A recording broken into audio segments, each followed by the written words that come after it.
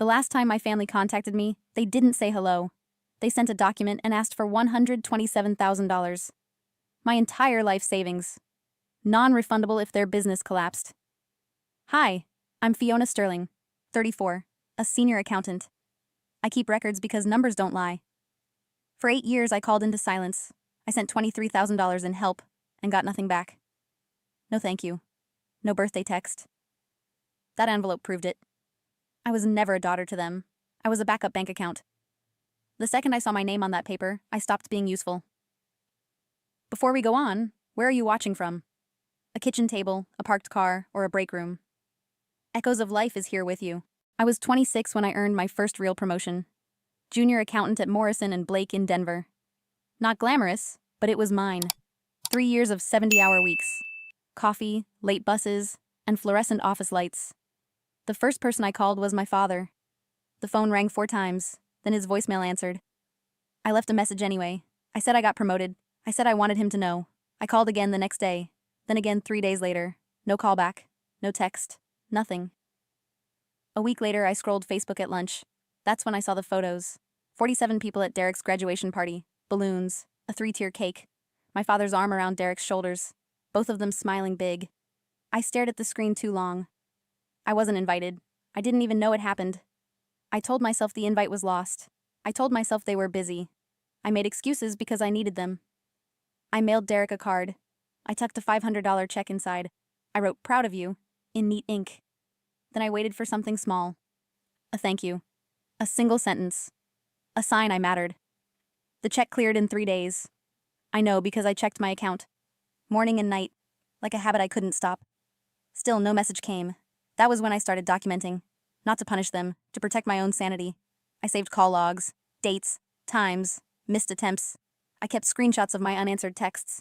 I stapled bank confirmations to a notebook page. Every gift, every wire, every silence afterward. At the time, I felt embarrassed doing it, like I was being petty. But numbers don't have moods.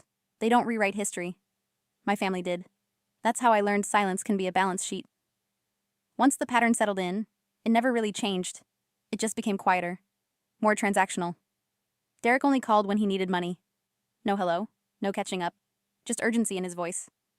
The first time, it was $8,000, a startup idea, an app. 6 months, he said. I'll pay you back. I wired it that afternoon, from my personal savings. The app collapsed 4 months later. The repayment never came. When I asked about it, I didn't get a call. I got a text. Things are tight. You understand. And I did. I always did. Barbara reached out 2 years later. Her first message in over 2 years. I remember my hands shaking when my phone buzzed. Emergency roof damage from a storm. Your father's credit is maxed. Please help family. $15,000. Half my emergency fund. Gone within 48 hours. 2 months later, I saw the photo. Barbara leaning against a pearl-white Lexus, smiling. Captioned, "Birthday gift to myself." Blessed. I zoomed in on the background. The driveway, the house. The roof looked exactly the same. By then, the total was adding up. $23,000 over 5 years. Not counting birthday cards. Not counting Christmas gifts. Not counting the cost of hope. 0 thank you messages. 0 visits. 0 returned calls. Still, I kept trying. Because walking away felt cruel. And staying felt familiar. 14 months passed without a single word from them. No texts, no emails, no accidental calls. I counted the days without meaning to, like marking time in a quiet room. During that silence, I called 17 times. Each call went straight to voicemail. I adjusted my tone every time. Cheerful, concerned, careful, then finally honest. I just want to know if I did something wrong. Voicemail. That Christmas, I sent gift cards. I tracked the package. Delivered December 21st at 2:47 p.m. Signed for. Nothing came back. No reply. No acknowledgement. No proof I still existed to them. That's when something shifted. Not anger, not rage, just exhaustion. I wasn't fighting anymore. I was waiting. Waiting for people who only remembered me when their accounts ran low. And waiting, I realized, was costing me more than money. I didn't know it yet, but this was the moment I had to choose. Keep being silent, or finally protect myself. If this were your family, what would you do? Comment 1 if you'd stay quiet to keep the peace. Comment 2 if you'd stop helping and protect your boundaries. The invitation arrived on a Friday afternoon. Cream envelope, gold letters, the Sterling family. After 14 months of silence, they finally remembered I existed. Richard Sterling's 65th birthday. Grand Palazzo Hotel, Houston. Black tie optional. I stared at it long. Love doesn't go quiet for 8 years, then suddenly speak in calligraphy. Marcus, my colleague, checked the public filings. Contractor lawsuits. Bank deadline, April 20th. 5 days after the party. They're short, he said. About $150. My stomach dropped. I had $127,000 saved. Every dollar I'd build alone. I bought the ticket anyway, not to rescue them, to see the truth with my own eyes. The Grand Palazzo glittered. 87 guests, just like the RSVP card. My father stood in the center. Perfect suit. Easy smile. Barbara beside him. Derek nearby with champagne. Barbara saw me first. "Oh," she said. "You actually came?" My father hugged me like we'd spoken yesterday. "My daughter," he said. "It's been too long." Before I could speak, a spotlight hit the stage. Richard took the microphone. He thanked the room. Then he turned toward me. "Tonight, my daughter Fiona has finally come home." Applause rose. My chest went cold. He wasn't welcoming me. He was rewriting me. Then he guided me to a side parlor, a table, a stack of documents waiting. Barbara and Derek were inside. The top page read, "Authorization of Fund Transfer. Sterling Investments LLC." In pencil on the margin, $127,000. "Sit down, sweetheart," my father said. "Sterling Heights is delayed. Temporary cash flow." I didn't sit. I read the fine print. Non-refundable if the project collapsed. No protection. No recourse. I took a photo of the page. Barbara's voice sharpened. "What are you doing?" "Reading," I said. "I read contracts before I sign." Richard leaned forward. "The bank deadline is Monday morning. That gives us 72 hours. You'll double your return," he promised. Barbara stepped closer. "If you refuse, everyone out there will know. What kind of daughter abandons her father?" That was the trap, not the contract. The crowd. Barbara opened the door wide. Her voice carried into the ballroom. "Everyone, please." Heads turned. She framed herself in the doorway, trembling on purpose. "I'm sorry to interrupt," she said, "but Fiona refuses to help her own father." Murmurs spread. Faces shifted toward pity, then judgment. My father stood behind her, silent. I felt the folder in my bag. Call logs, wire receipts, gift tracking, 8 years of proof. If I stayed quiet, I would leave as the villain they needed. If I spoke, I would end the role they assigned me. I walked toward the stage, toward the microphone he used to rewrite history, and for the first time in 8 years, I was ready to tell it straight. I stepped into the light. The same microphone my father used to call me a loving daughter stood inches from my mouth. 87 faces stared back at me. People who already believed they knew the story. "My name is Fiona Sterling," I said. "I'd like 5 minutes." Barbara moved first.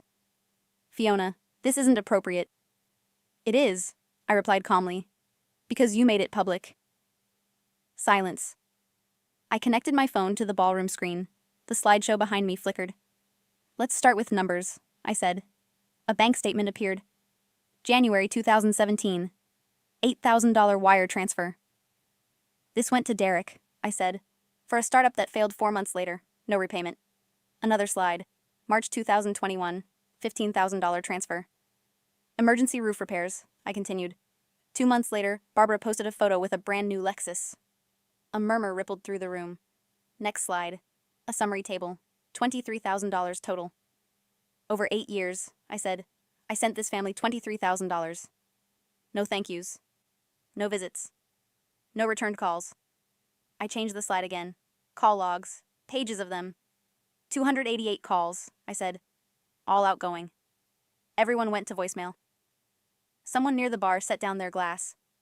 "Now," I continued, "let's talk about why I was invited tonight." The screen changed to public court filings. "Sterling Heights," I said. 12 luxury townhouses. 7 months behind schedule. 3 lawsuits appeared. Unpaid contractors. $280,000 outstanding. "And this," I said, pulling up the photo I took earlier, "is what they asked me to sign." The authorization form filled the screen. The non-refundable clause highlighted. "They didn't want me here," I said evenly. "They wanted my savings. $127,000. Every dollar I have." Barbara rushed forward. "She's twisting this." "I'm reading your documents," I replied. "Public records, bank statements, contracts." I turned toward my father. "You haven't called me in 8 years," I said. But you found my address when you needed money. He didn't answer. A man near the front stood up, one of my father's investors. You owe contractors and throw a party like this? He asked. Another guest quietly left, then another. The room was emptying. I faced the crowd one last time. I didn't come here to embarrass anyone, I said. I came to stop being lied about. I tore the authorization form in half, then again. This is my answer. I placed the pieces on the table and walked out. Behind me, the music never restarted, and for the first time, their silence wasn't mine to carry anymore. I didn't look back when the doors closed behind me. The Houston night felt cooler than it should have, lighter. At the airport, I called Marcus. The video was already online. People had filmed everything. I'm okay, I said, and for the first time, it wasn't a lie I told myself. Sterling Heights collapsed 3 months later. The bank called the loan. The project went into foreclosure. Investors disappeared. Partners backed out. My father's name stopped opening doors. Barbara lost her circles next. The invitations stopped. The Lexus was sold. The diamonds disappeared. Derek got his first real job. Minimum wage, no shortcuts, no safety net. And me? I chose something different. 6 weeks after that night, Fiona Sterling legally became Violet Hayes. My grandmother's name. The last person in my family who loved me without conditions. New city, new number, new routines. A small apartment with rain on the windows. A quiet mailbox that held only my life. I stopped sending messages into silence. Stopped confusing obligation with love. Stopped shrinking myself to stay acceptable. My savings rebuilt slowly. Not with miracles. With budgets, overtime, and steady breathing. No one could sign it away. Peace didn't arrive loudly. It didn't announce itself.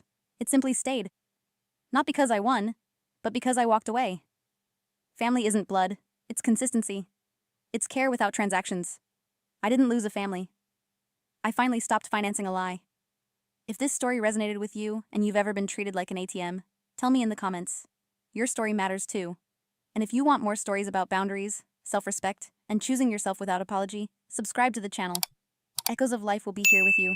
More stories of quiet strength are coming next.